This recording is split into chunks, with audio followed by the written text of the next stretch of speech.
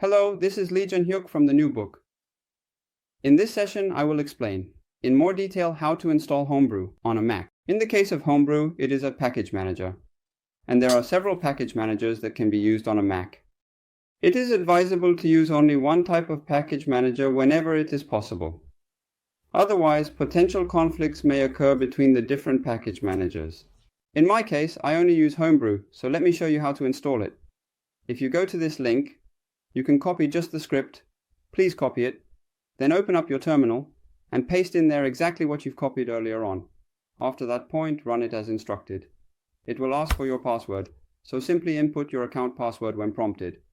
It'll indicate installation processes, proceeding like this. When pressing Enter key starts off actual installation phase itself.